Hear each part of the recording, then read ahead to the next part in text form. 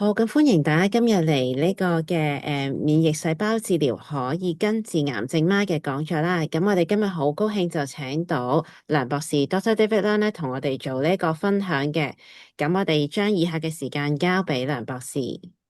好，hello，hello，咁咧就我哋希望藉住呢一個分享咧，同大家講一講咧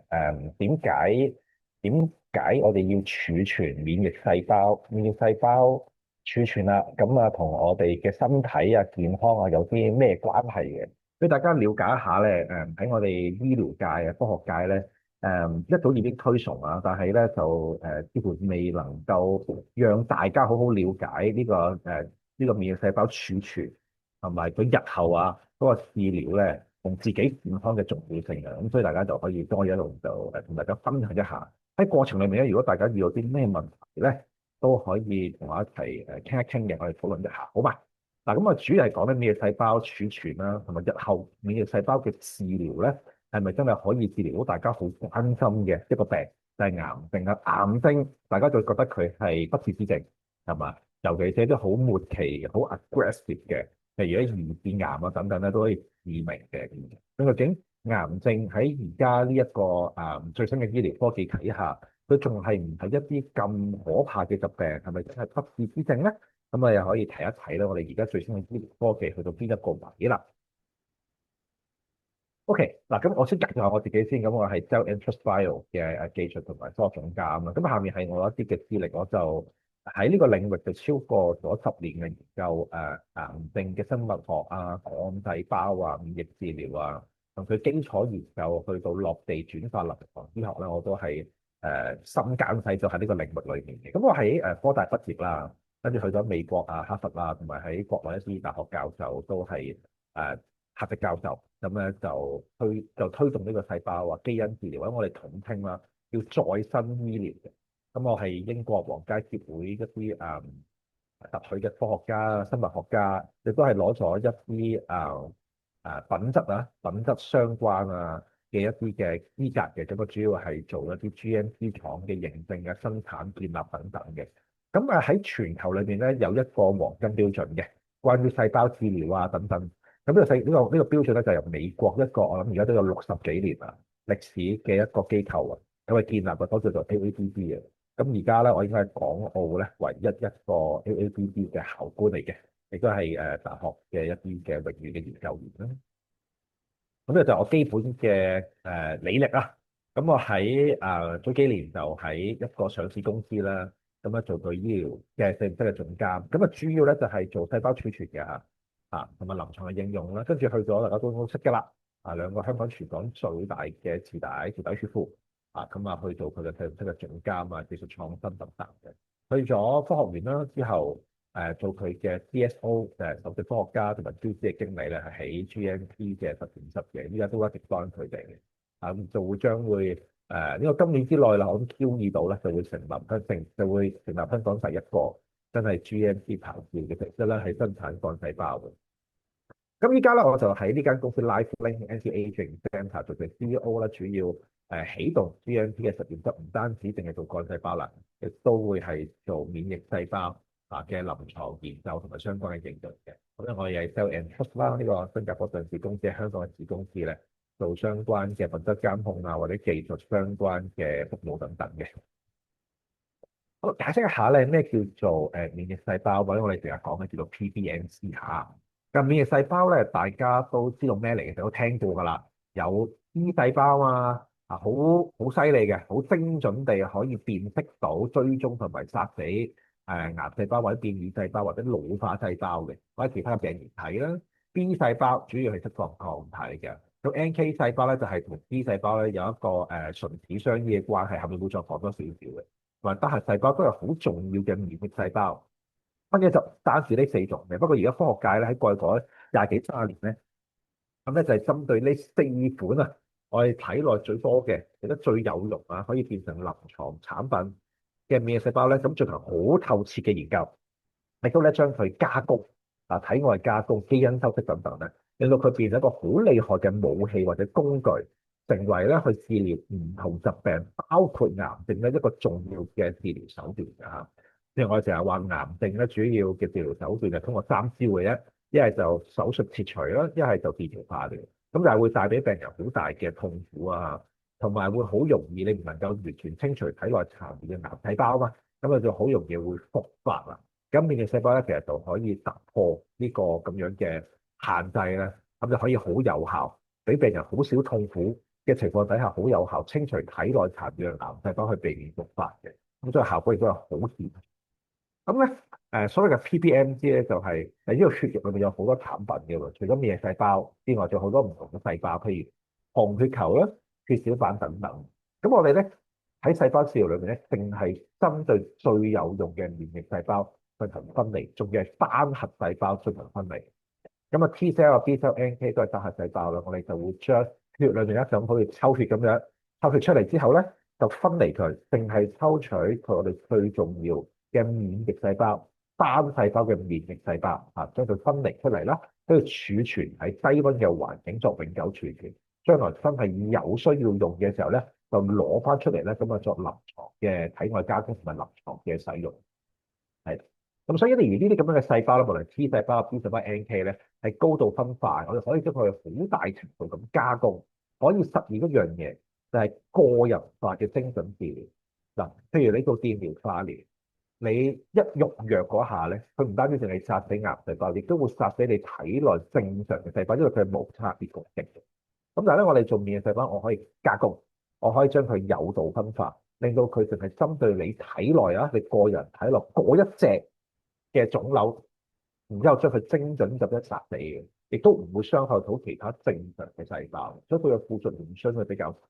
比較精準，對病人帶來嘅痛苦損害咧，或者佢要佢要 recovery 啊，要康復咧，佢都係比較短，係比較有效。啊，咁呢個過程裏邊咧，我哋要將我哋唔要嘅嗰啲細胞族群，譬如血小板啦，譬如血球咧，將佢清除嘅嚇。用一啲全球都用咗廣泛使用好安全嘅方法咧，將佢清除，好高效咁樣抽取血液裏面我哋要嘅嗰啲單核免疫細胞，跟住儲存啊，咁樣就會大大提高我哋之後啊需要攞出嚟加工咧嗰個製作嘅過程時間同埋效，亦都可以有效咁保存咧免疫細胞嘅活性嘅。好啦，咁免疫細胞啦，雖然佢有用啦，我呢個療法可以治療有啲咩疾病咧？嗱，咁啊講下啦，免疫細胞治療咁啊主要有咩咧？咁都有好多種嚇，今日就講唔晒嘅，主要講兩類，大家都成日都會聽到喺香港或者全球內地大陸喺環球都係做咗好多案例，亦都係好多國家都已經係合法可以臨床使用嘅。咁我哋譬如我哋叫 CAR-T、CAR-NK 啦，T 同埋 NK 手啦，大家知咩嚟啦？咁 CAR 咩嚟啦？嗱，正常無論 T 細胞好或者 NK 細胞好，都可以辨識同埋殺死外來我哋叫做一啲嘅病原體啊嚇，病毒又好細菌又好，都係可以嘅。咁因為 T 細胞同埋 NK 細胞咧，佢哋兩個係互相配合嘅。咁 T 細胞咧，佢好精準，亦都好快可以辨識同埋殺死相關細胞。但係咧有啲細胞咧，佢又好聰明，例如啲癌細胞咧。佢哋能夠逃避 T 細胞嘅追蹤啊，佢隱身術咁樣咧，逃避佢追蹤。咁呢啲咁嘅癌細胞啊，我哋就可以睇到有另外一種細胞咧，NK 咧，去將佢消滅嘅。咁所以呢兩個細胞咧喺體內裏面咧，就好似我哋士兵咁樣嚇，去巡邏住遊走住我哋身體每一個器官、每一個組織啊，一有外來睇嚟咧，就會辨識刺激我哋，會激活我哋體內嘅免疫反應咧，進行精準嘅消除嘅。好啦，咁但係咧，啲免疫細啲癌細胞咧越嚟越聰明，啲病毒越嚟越聰明，佢好容易就會逃入到我哋正常體內循環緊嘅嗰啲免疫細胞。咁我哋科學家咧就做一樣嘢叫 CAR，我哋咧加一個基因去修改我哋體內咧 T 細胞或者 NK 細胞，加工完之後咧，令到加強咧呢兩個細胞殺死癌細胞嘅能力嚇。即係叫 CAR 啦，即係再傳一個基因入去咧，令到佢咧可以有多隻手臂嗱，多隻手臂多兩個武器啊，咁啊可以追蹤同埋殺死你識隱身術嘅癌細胞或者啲變異嘅細胞，進行精準嘅追蹤同埋我哋叫殺傷啊，即係殺死佢嘅咁樣。咁所以咧，我哋喺我哋醫療界裏面咧已經做咗好多年，好多案例，效果亦都係非常之顯著嘅。係可以突破到而家現有醫學嗰個電療化療啊，佢能夠即係佢做唔到，或者佢有一啲嘅缺陷。好啦，咁我哋喺臨床裏面都已經可以核准使用嘅疾病咧，主要係以血癌為準嘅。血癌咧大概有三大類啊，三大類下面再分嘅嚇。大家如果有十幾種啊嚇，再過每一年都會有幾種咧，就會再臨床用可以使用嘅。咁啊，血癌咧就三類嘅啫，一係就白血病，一係就淋巴，一係就骨髓相關嘅疾病。咁呢個傳統以來都係㗎啦。啊，咁咧而家有大量嘅臨床研究啦。已經去到好後期第二階，或者已經係好多國家已經臨使用緊㗎啦，唔係淨係集體癌細胞㗎。唔單止淨係血癌嘅喎，我哋已經係實體癌，譬如消化道嘅病啊，鼻咽癌啊，肝癌啊，女性有嘅子宮頸癌啊，卵巢癌呢個 breast cancer，男性嘅 prostate cancer 等等，全部實體癌咧已經有好多經修改之後嘅免疫細胞 T 細胞或者 NK 細胞都可以精準咁樣追蹤同埋殺死啲癌細胞嘅。但係咧，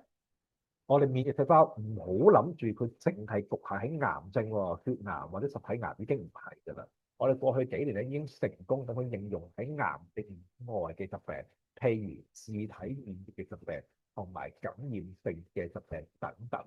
自體免疫大家都識嘅嗰幾種啦，紅斑狼瘡女性特別多有嘅，或者咧呢個類風濕關節炎等等。咁咧我哋可以利用呢啲咁嘅病咧，所謂自體免疫病咧講白啦，就係身體嘅一啲免疫細胞 B 細胞瘋狂咁樣製造呢個抗體，而啲抗體咧就會誘發身體去攻擊自己體內正常嘅健康細胞。咁 CAR-T、CAR-NK 呢啲免疫細胞好簡單，佢就能夠辨識到呢啲瘋狂，我哋叫做即係瘋狂嘅 B 細胞，將佢殺死。咁你體內咪會有呢啲咁多呢個抗體出現咯，咁自然就會好。咁依家喺亞太區啊，做呢啲自體免疫細胞，利用利用免疫細胞治療自體免疫病嘅案例非常之多。我自己已經接觸過大量嘅客戶，個效果非常之好，基本上一針見效。同埋好多我哋之前醫唔到嘅病嘅，譬如愛滋病啦等等啊，呢啲病毒啊，譬如肝炎、乙型肝炎係嘛？呢啲喺我哋體內可能伴隨住我哋一生嘅，而家叫絕症啊，你只能夠控制佢嘅病，已經可以利用到最先進嘅免疫細胞治療方法去處理。所以嗰個應用嘅層面咧，係基本上按月增加嘅。你過冇一個月，又會多幾個病你可以醫。咁所以但係無論我呢個臨床嘅治療效果有幾好都好，都係空談。如果你冇一啲免疫細胞作為原材料俾我哋去加工，我就俾唔到啲嘢俾個病人。所以最緊要就係你要先儲存呢個珍貴嘅原材料，即係你要儲存，我先有嘢可以加工，跟住先可以俾翻個客。係，好啦，咁我哋睇一睇免疫細胞嗰個費用咧，俾大家一個概念啊。個概念呢個費用已經係低好多嘅，呢個就係台灣嘅嚇。就講呢個地區咧，已經利用唔同嘅免疫細胞喺唔同醫院治療好多唔同嘅實體同埋血癌㗎啦。咁嗰啲係台幣嘅費用嚟嘅。咁但係呢個費用咧已經係有一啲政府嘅補貼嘅。咁啊，如果我哋睇咧國內啦，國內應該有6種㗎啦，而家已經有。咁啊，主要係 CAR-T 嘅產品係治療嘅血癌。咁呢個就係啦，你見到大概都係啱啱100萬人民幣打於一針。係啦，咁當然啦，呢個價錢嚟講好似好貴咯。如果你講緊4、5年之前講400-500打一針，而我哋見到而家隨住治療嗰個醫療嗰個技術啊，同埋科研咧，個越嚟越深入咧，正如我自己都做緊咧，咁嗰個價錢咧會進一步下降去一個好多人都能夠應付到或者負擔到嘅價錢，而同時間保險公司亦都會越嚟越接受呢一類產品，亦都會越嚟越多呢類產品咧可以納入去醫保裏。咁呢個係對大家嚟講都係一個保障，起碼你多一個治療方案，唔係淨係識得做電療化療或者做手術切除，係嘛？多個治療俾病人咧少啲痛苦，個效果係更加好。所以等啊，已經譬如你全球每一年都有過千個臨床在進行緊，咁中國其實係最快㗎啦，過埋2025年咧一定係超越美國成為全球嘅火車頭咧，去推動細胞治療嘅。咁你面對細胞治療咧，嗰個比例係最多嘅。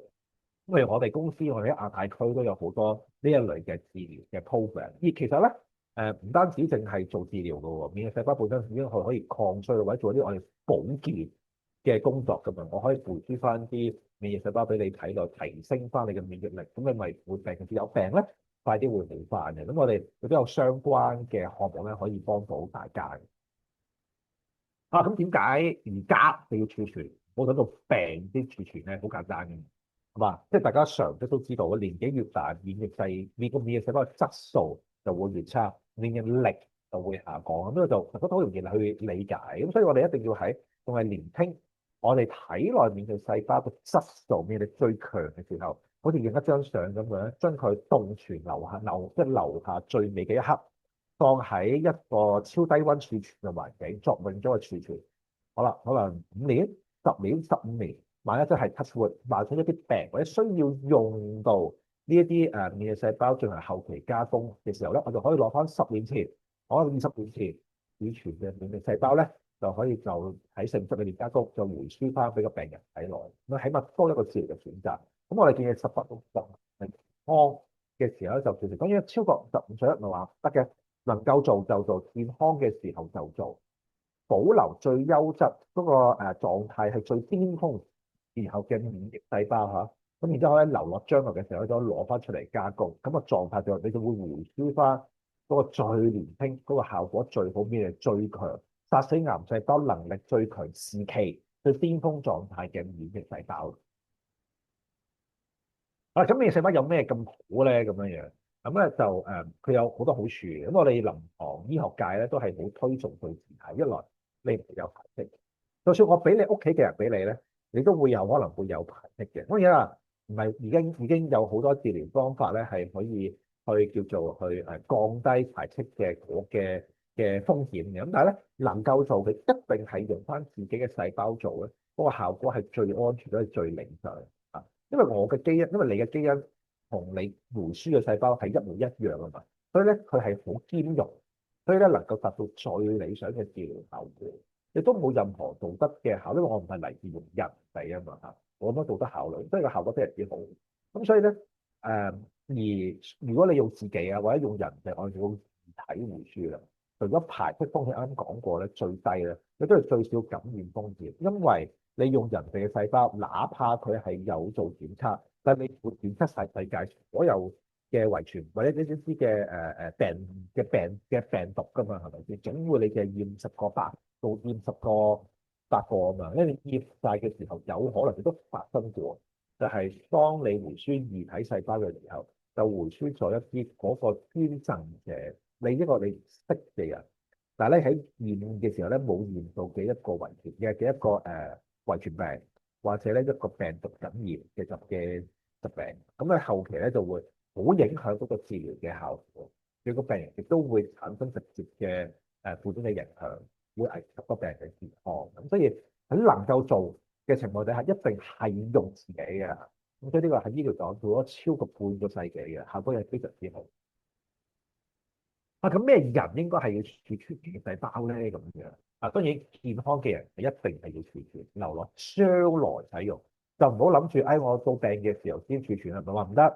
而家現有醫學都係有病嘅人咧先叫病人去儲存，跟住先做電療法嚟嘅，但已經太遲嘅啦。而家成個醫學嘅方向係做一啲預防性嘅治療啊嘛，即係喺未有病之前先做好儲存，當你有病嘅時候咧就可以回輸最巔峰狀態免疫細胞，個效果先係最理想。或者有家族史嘅，特別係患癌或自體免疫嘅，特別喺未發病之前咧，就盡快儲存啦。或者啲高壓嘅一啲食無定時啊、壓力大啊、飲食習慣有不良啊，或者唔均衡嘅人士啊嚇，進行科技啊、金融呢個或者我哋呢啲時候都會周圍飛嘅嚇，高風險嘅算係嘅人咧，我哋暴露嘅風險會比較高。咁所以咧，我哋就尤其是有家庭咧，有家庭嘅時候，你梗係希望可以守護住你屋企人㗎嘛，係咪？睇住小朋友長大咁樣，咁你梗係要健康咧，嚇唔係淨係長命，我仲要健康嘅。咁所以呢類人咧，包括我自己都一定要係喺前邊喺發病之前，仲係健康嘅時候，能夠儲就儲啊。好啦，咁點解要做香港作為一個儲存嘅地方咧？香港好特別嘅，香港佢個法制係好簡單。我哋一早其實都可以將呢啲生物製品咧可以輸出輸入嘅。我哋亦都同全球一啲咧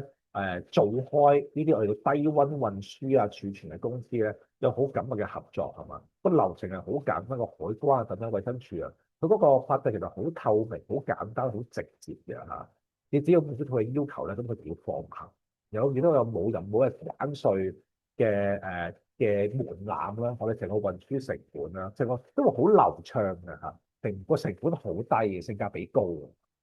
因為我哋試過去其他東南亞嘅國家咧，因為你個法制唔清楚，有時你會卡關，你會棘咗係，你會扣關。因為下喎個儲存缸係有溫度控制嘅時限，你一過咗佢一升溫，成批貨就冇咗嘅。咁你咁珍貴嘅冇咗就，所以咧，因為我哋揀香港咧，就係佢好國際化、好流通，嗰個法制好簡單易明，咁所以亦都好容易同國際嘅一啲醫療啊嘅實驗室啊。或者個法規咧去兼容。其實因為我哋所有嘅細胞嘅處理同埋儲存咧，都係啱啱我所講啊，全球嘅金標準 ABB 認證嘅細胞庫裏面咧去儲存。咁成個過程咧，全部都係自動化控制啊，液態氮低溫係24小時係無間斷咁樣持續監控嘅。係啊，咁所以會能夠好確保到細胞嘅活性同穩定性。咁無論你個細胞儲存幾耐都好咧，我哋係會追蹤到呢個細胞由呢一份嘅細胞由佢我哋收集啊，同埋我哋去到細胞庫處理啊、儲存、檢測去到放行咧，全部都係按照國際認證 ADP 咧去處理嘅。而呢啲咁嘅認證咧，每一兩年就要定期過嚟檢，所以我哋係無時無刻都係要按照 ABB 嘅要求啊，去管理我哋嘅細胞庫嘅，咁所以係相當之嚴，佢嗰個要求係相當之高嘅。我哋亦都係好多時都超越咗 ABB 嘅要求，達到 GMP 一個我哋叫做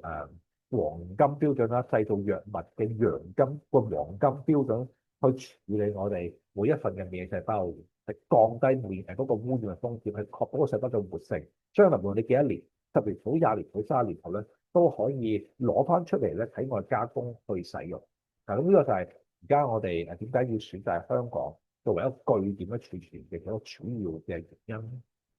係啦，跟住仲有法規啦、倫理嘅規範。我哋只係幫個客保管你嘅細胞，所有嘅細胞嘅財產權都係屬於個客戶本身。所以呢啲咁樣嘅條例啊、器官治療條例啊等等啦，或者私人條例咧，已經係為個客戶帶來好大嘅保障。咁我哋亦都喺香港係遵守一啲國際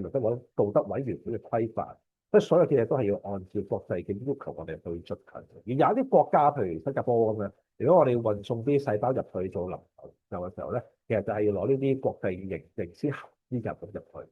就咁解。咁所以咧，我哋因為已經做咗好多年，我哋香港同國際歐美啊啲國家咧嗰個接洽係非常之多，所以佢哋好清楚我哋嘅法規係嘛。所以如果我哋真係有需要嘅時候，將啲細胞運出或者運入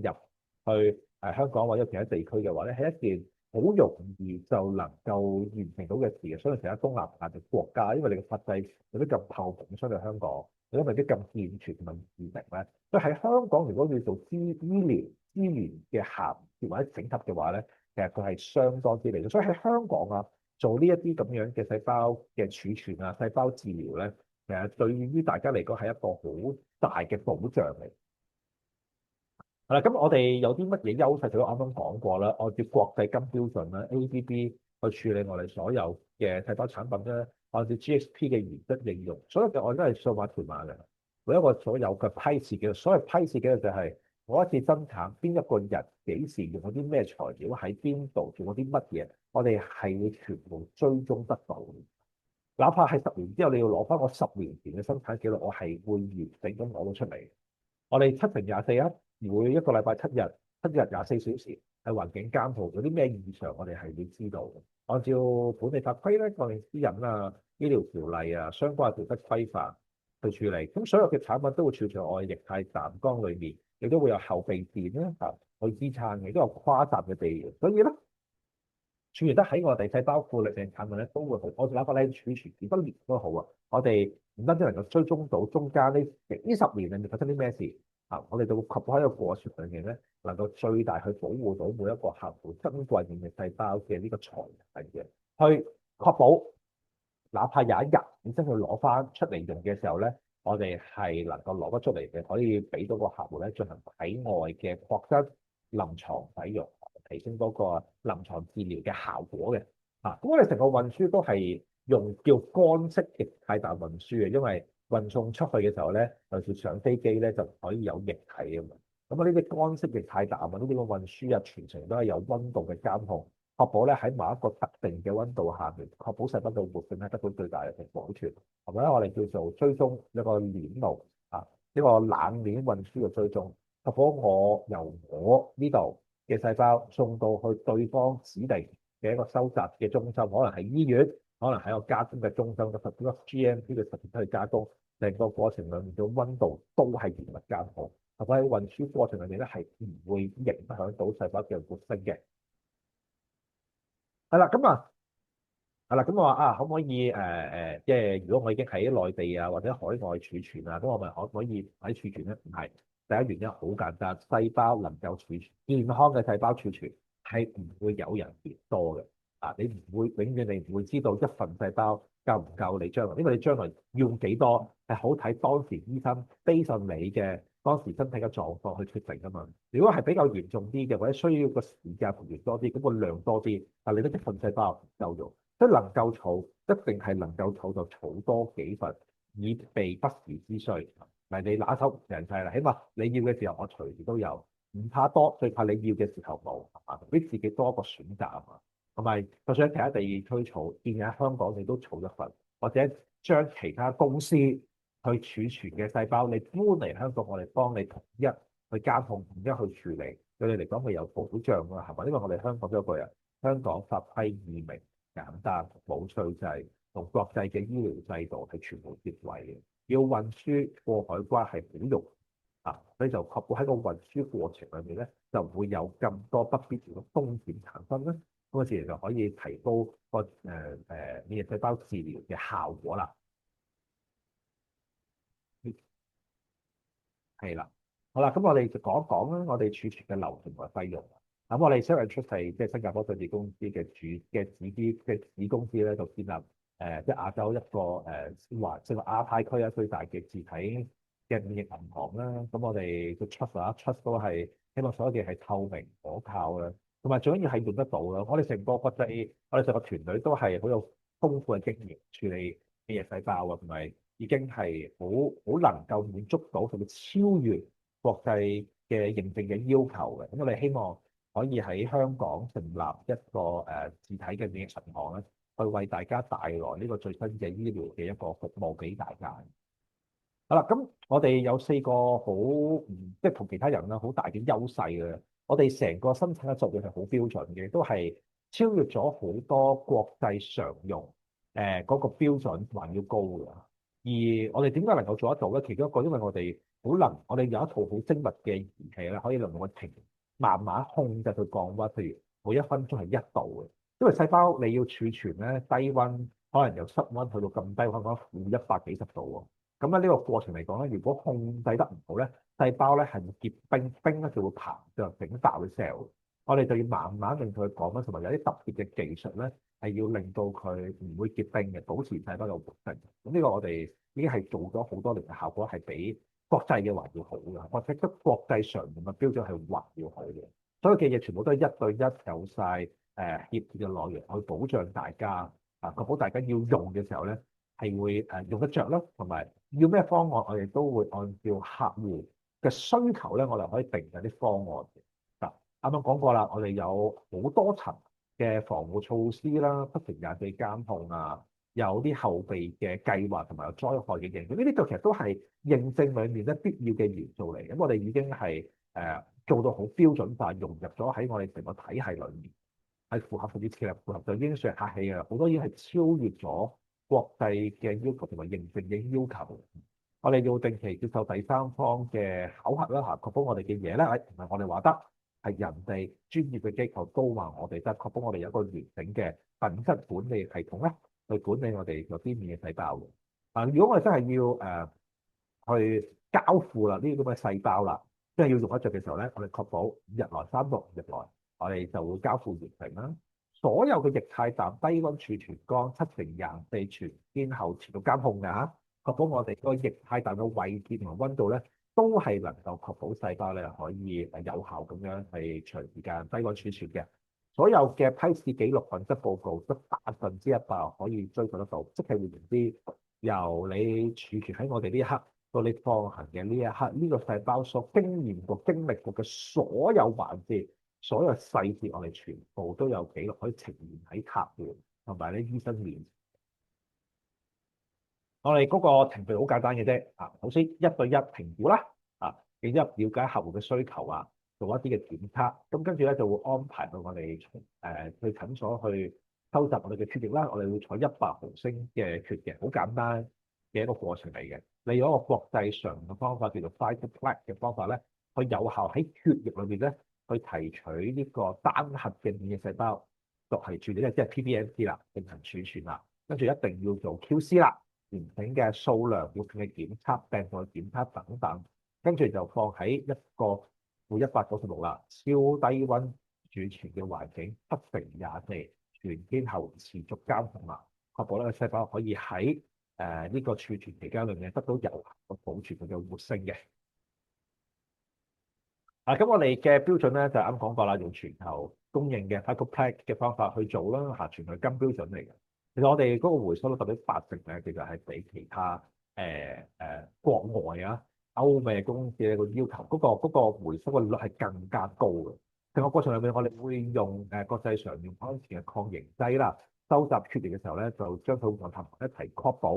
喺我收集到我儲存嘅時候，有啲血係會凝結嚇，然之後全部都喺溫度控制同埋某一個時限48小時之內就會處理好呢個樣本。通常咧，我哋都會24小時內完。確保最大嘅程度可以保護細胞嘅活性啦，會做嚴密嘅 QC 啦，確保咧細胞個活性咧超過85%以上嘅。如果你睇美國 FDA，佢要求係70嘅，如果我哋做到85或以上，通常係90以上嘅。到實所有病毒無菌測試等等，咁儲存喺超低溫嘅環境啦，7乘24全天候持續監控啦，確保喺呢個儲存環境裏面咧，我哋能夠追蹤得到細胞喺呢個儲存過程裏面咧。發生啲咩事，確保佢保持最大嘅活性嘅。好啦，咁我哋1月份咧，我哋有一啲嘅計劃嘅就係按照客戶嘅需求，我哋可以定制嘅。譬如，我哋可能淨係儲1年就如果會用啦，5年又得，10年又得。好啦，譬如如果你中咗用一個5年期嘅計劃啦，咁然之後，如果你想續保，你可以繼續 join 個5嘅年期、10年期，每一年單年續，亦都可以咁樣再睇一睇客戶啦嘅需求咧，我哋可以有嘅收費或者唔同嘅計劃啦，可以配合到客戶嘅需求嘅。咁而家就仲有啲嘢送喎，係嘛？咁所以咧就大家了解一下啦。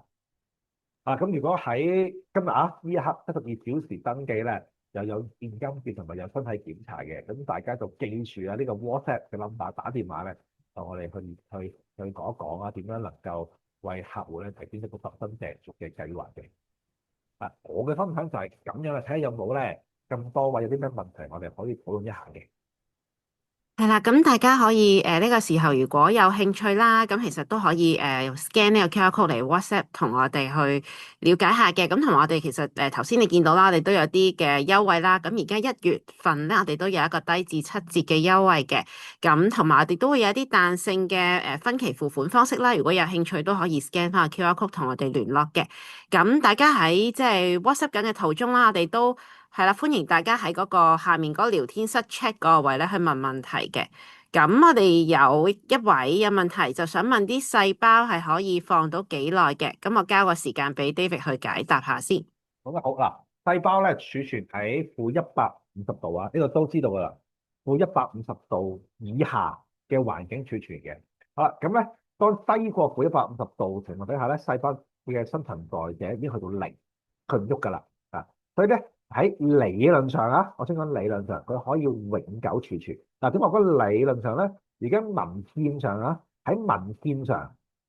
佢咧已經係證明到可以超過25年。唔係話第26年就唔得喎，即係出到咁慢，因為冇咁多細胞庫係真係會定期做呢啲咁樣嘅檢查，確保細胞儲存咗咁多年我哋都有呢個即係再攞翻出嚟個活性咧，仲係存在嘅。一個 base on 全球嘅文獻咧，而家目前時限最多，即係佢哋話每隔5年、10年、15年就會出呢個報告出嚟嘅，已經去到係26年。26年攞翻出嚟嘅細胞同我 day one 嘅細胞嗰個活性質量係冇分別。所以點解我哋可以做永久儲存？即係我唔可以話實際上佢可以永久儲存，因為人類或者嗰啲咁樣嘅生物公司咧，佢根本未有咁多數據去證明可以永久30年都未有，只不過1年去到26年分別係冇嘅。攞翻出嚟同我 day one 26年之前儲存嘅效果，新鮮儲存嘅效果係一模一樣嘅。所以喺理論上，因為佢已經冇晒呢個新陳代謝，佢已經係靜止狀態。咁所以咧，只要你個儲存嘅環境能夠維持喺呢個低溫度嘅環境儲存咧，其實理論上佢可以永久儲存。而實際上喺文獻上，我哋見到嘅咧，已經係做到25年㗎啦。可能今年佢又出到26年。你下年再問我咧，我就話係27年，就咁解，係啦。咁所以答到啲細胞可以放幾耐啦？質量咧活性就唔會變㗎，因為已經係有實際證據咧，起碼25年啦就冇㗎啦。你今年再問我就26年㗎啦，就咁解。不過理論上咧，我哋已知道根據我哋對細胞嘅理解咧，只要係靜止狀態唔喐，永久被凍結，可以影一張相咁樣。咁你呢一張相，只要保存得好嘅話，你26年。攞翻張相都係呢個咁嘅樣，呢個唔會變色啊！呢個質量咧，只要有效儲存就唔會變。所以點解啦？我哋對於細胞溫度監控就係話7乘24，又要有後備等等，個目的就係咁解，確保當我一儲存到你要用，可能哪怕係隔5到10年啦，只要佢個溫度係冇異樣，保持喺-150度以下嘅低溫凍存環境咧，理論上佢係永久儲存係唔會變嘅。好啦，咁啊，Roy 就問啦，咁免疫細胞同埋幹細胞係嗱？如果你真係要講啊，全球做呢啲再生醫療領域裏面咧，就會有2大唔同嘅產品，一類就係免疫細胞，一個就係幹細胞。免疫細胞顧名思義就係呢個血裏面嘅免疫細胞提取治療癌症、血癌、實體癌，已經可以做到一啲病毒啦，譬如乙型肝炎、譬如愛滋病呢啲以前係不治之症啦。又或者我啱啱講過自體免疫嘅疾病，紅斑狼瘡啊、類風濕關節炎等等嚇。好啦，咁幹細胞咧係治療一啲慢性嘅病。嗱，以往我哋幹細胞就係嚟自骨髓嘅，咁已經就而家去到脂肪啊又有啦，臍帶有啦，牙髓都有嘅嚇。我哋已經係用唔同嘅來源提煉幹細胞去治療慢性嘅病，譬如呢個糖尿病。譬如咧呢個血管硬化、肝炎、COVID-19、身體係炎症等等。而第一款治療利用幹細胞或者治療病咧，其實講緊係挨近10年前嘅啦，係治療呢個骨關節炎啊、骨退化性，我哋膝頭哥啊，年紀大啊，啲骨會摩擦嘅關節炎啊。而家髖骨炎等等嘅，咁之後已經去到靜脈回輸，係系統性嘅發炎，亦都係有好多臨床研究證明佢可以治療到好多腦退化嘅疾病等等。咁所以2個係唔同嘅產品，佢嘅生產工藝都唔一樣，佢治療嘅病都係唔一樣。咁但係咧，我哋成個醫療界咧，就係往緊去優化生產呢2個產品嘅技術同埋臨床使用嘅層面，因為將來啊，如果能夠掌握到免疫細胞同埋幹細胞療法嘅話咧，基本上人類係唔會有啲咩病係治療到嘅啊，會治療到好多而家我哋醫唔到嘅病。所以2個細胞嘅來源、生產工藝同埋治療嘅適應症咧，其實都係唔一樣啊。咁50幾歲嚇，咁又問係咪都係太遲嘅？真係日日緊，即係再籠統啲講一句有心或者下次，只要仲係健康嗱，簡單啲嚟講啊，只要你冇凝血困難或者心血管嚴重嘅問題，唔能夠進行抽血回輸，其他客戶都係應該係要盡快做嘅。嗱，50幾歲嚇，50幾歲做，無論係有冇病，能夠儲就儲，能夠發病之前或者患上其他病之前，能夠儲就儲。冇一啲凝血困難或者明顯嚴重心血管疾病嘅，唔能夠做抽血液之外，其他嘅能夠儲就儲。因為將來我哋嗰個醫療技術咧，或者嗰個體外加工技術咧，係會越嚟越好嘅。就算而家儲50幾歲，嗱50幾歲可能比20幾歲差啲，唔緊要。我哋體外我哋係會有技術係將佢逆轉變成一個年輕嘅免疫細胞，依然可以保持一定嘅免疫，即係殺死呢個癌細胞或者治療嘅效果嘅嚇。所以50幾歲絕對係唔遲能夠做就一定要做。咁如果年紀大啦，用仔女嘅得唔得嗱？如果真係年紀大到你唔能夠抽嘅，用仔女係得嘅。其實嗱，但係咧要記住一樣嘢，嗰個重點係仔女儲嘅個目的係 for 仔女，幫佢哋自己儲一份。如果自己因為某一啲嘅原因你就抽唔到血，做唔到儲存啦，或者年紀真係可能太大咧，用子女係可以嘅，咁啊叫請子女再儲多一份。咁啊，儲多一份咧，當然冇唔一定有自己咁好嘅因為始終用仔女咧，唔一定係完全兼容嘅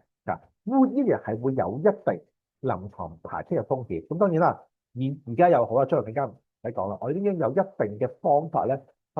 去或者咧去降低咧排斥，或者我哋做回輸嘅時候咧排斥嗰個風險嘅。所以換言之，嗰個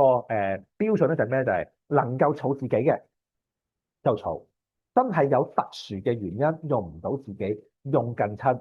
兄弟姊妹也好，或者用仔女嘅都冇問題。但係真係儲其他人嘅時候咧，嗰個想法，你個目的係要先為佢哋自己先儲，跟住希望請佢哋儲多一份去俾自己。咁樣諗咧，咁我呢個想法咧就先係正確嘅。因為你話用仔得唔得？得嘅。能夠儲真係儲，呢個就係可能係最後救命嘅稻草嚟嘅。咁樣睇下我答唔答到啊？係，另外咧有人問啦，癌症嘅康復者儲存有冇用？已經係做過化療嘅。其實而家好多人咧就係因為個呢啲咁樣嘅免疫細胞儲存嘅治療方法咧，一開始嘅時候咧就係俾康復者癌症嘅康復者咧去康復嘅時候使用嘅。係啦，咁咧有冇用？係有用嘅，因為你當你做完電療、化療之後，如果真係做電療化療之後咧，其實你身體唔係冇免疫力，身體只係少啲，因為你做完電療化療一定係少嘅，但係咧唔係少到零啊嘛，係咪？除非你去到你好嚴重，去到 ICU 啦，去到 ICU 就代表你身體已經係冇免疫力，所以你先去 ICU 啊嘛。如果唔係咧，因為如果一個冇免疫力嘅人咧，你相對可能普通傷風感冒咧，佢已經夠佢治病㗎啦，因為係會致命嘅。只要唔係 ICU，你可以即係正常咁生活嘅，你一定係有免疫力，你係一定要有啊。係啊，咁所以咧能夠儲就儲。喺我哋科學界嗰個科研發展其實好快，個步伐係好快嘅。咩意思？就係哪怕你而家俾少少免疫細胞我，再弱啲，我都有辦法喺體外加工，令到佢個數量擴增，同埋令到增加佢嘅活性。我哋每個時候科學界都做呢樣嘢。所以哪怕你仲有，我就可以儲，我就有。只要你俾到原材料我咧，我就有辦法將佢體外加工，令到佢變成一個增加佢嘅數量，增加佢嘅質素，去達到一定嘅治療效果。所以只要係仲有免疫細胞，你去到ICU 冇晒啦嘅話咧，能夠儲就儲，就會幫到客戶。譬如你治療之後，你要做康復噶嘛，做 recovery 就回輸咧。係一定有臨床效果嘅。要抽幾多血？康復之後幾耐係可以儲？抽我係抽100毫升嘅嘢，每一次都你可以分幾次儲啦。呢個冇問題嘅，你儲多幾次嘅話，你咪有多幾份呢啲免疫細胞可以俾我哋作為原材料加工咯。呢個冇問題嘅。康復幾耐可以儲？呢個唔能夠我而家講，因為呢個係要臨床醫生作判斷。因為佢要好睇個免疫細胞個量回復得幾快，同埋適唔適合咧抽針因為譬如你有癌症病人啦，佢做個電療化療，佢嘅血管好薄，凝血係有困難嘅。哪怕我吉一針，都會為呢個病人帶來風險所以唔好話我哋抽血喎，就算醫生要吊鹽水打藥，佢都要諗清楚呢一針一落去係咪真係我哋叫 risk and benefit 即係佢個風險係咪即係嗰個對個病人利益係大過個風險㗎咁所以咧，唔能夠我而家答係要臨床醫生判斷。如果個臨床醫生判斷，嗰個免疫細胞已經回復到正常或者一個合理嘅水平，亦都冇明顯凝血困難或者心血管問題嘅話咧，其實如果個醫生佢同意嘅話咧，其實就係可以抽啦。時間幾長咁講，每一個病人都唔一樣，要按照臨床醫生判斷咁先可以作準啦。好，睇下大家仲有冇啲其他咩問題都可以繼續喺個聊天室度發問嘅。咁我哋可能等多2至3分鐘。咁如果之後對我哋呢個服務有興趣嘅，都歡迎咧可以喺 WhatsApp 呢一度咧發問嘅。係，呢仲有一個問題喎，我哋交翻時間俾 David 先。好嗱，如果已經有癌症，係咪改錯？絕對唔係。我哋呢一啲咁嘅免疫細胞儲存治療方法，一開始嘅時候咧，就係為一啲已經知道有癌症，甚至係已經做完電療、化療嘅人咧，係用嘅。之後而家我哋先叫啲客，唔係叫病人啦，客人咧未發病之前咧就要儲。一開始嘅時候就已經係有病人有癌症。如果能夠未做電療、化療之前咧，先做細胞儲存，效果係一定係最理想嘅嚇。咁好多人話會唔會我做電療化療嘅時我做電療化療之前啦，如果我已經有癌症啦我將啲免疫細胞去做儲存，會唔會其實都冇用咧？絕對唔係。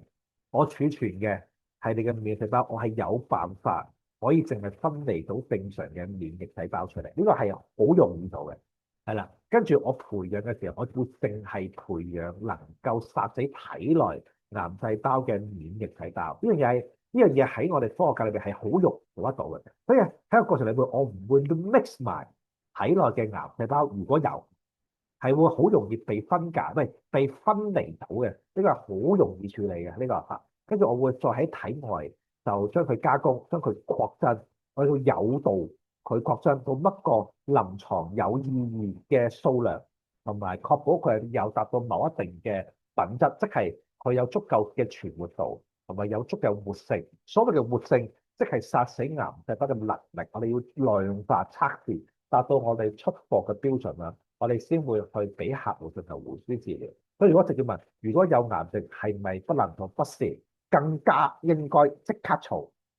將來做完電療化療之後，如果真係要電療化療嘅時候，就可以攞嚟要去清除體內殘餘嘅癌細胞，係更加應該做。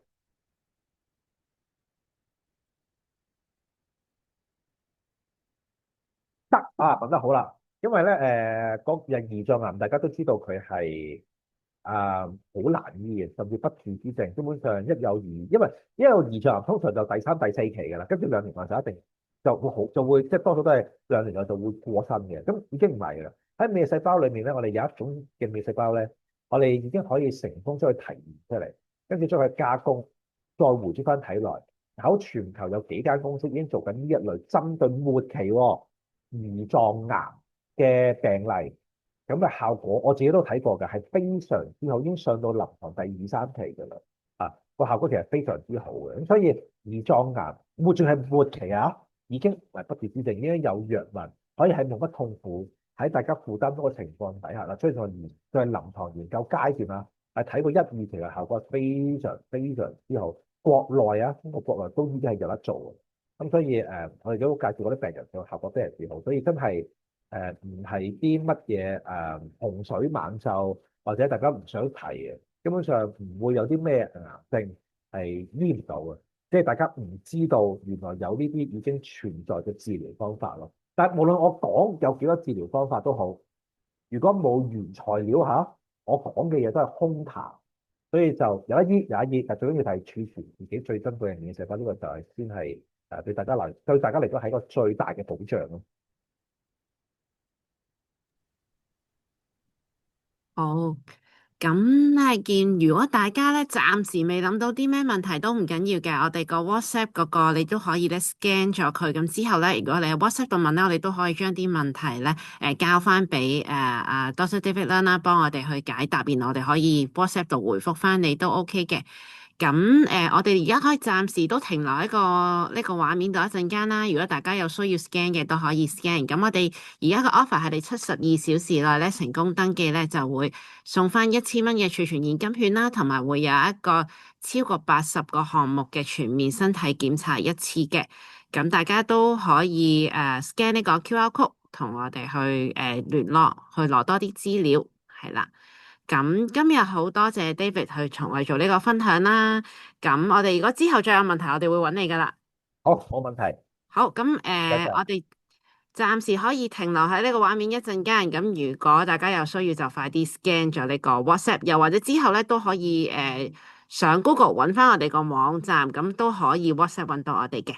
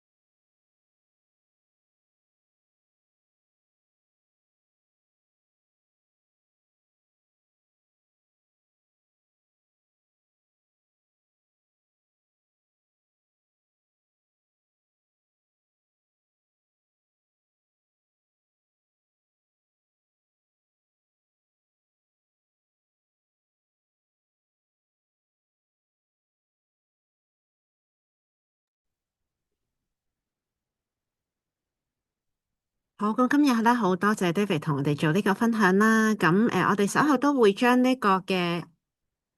我哋稍後咧都會將呢個嘅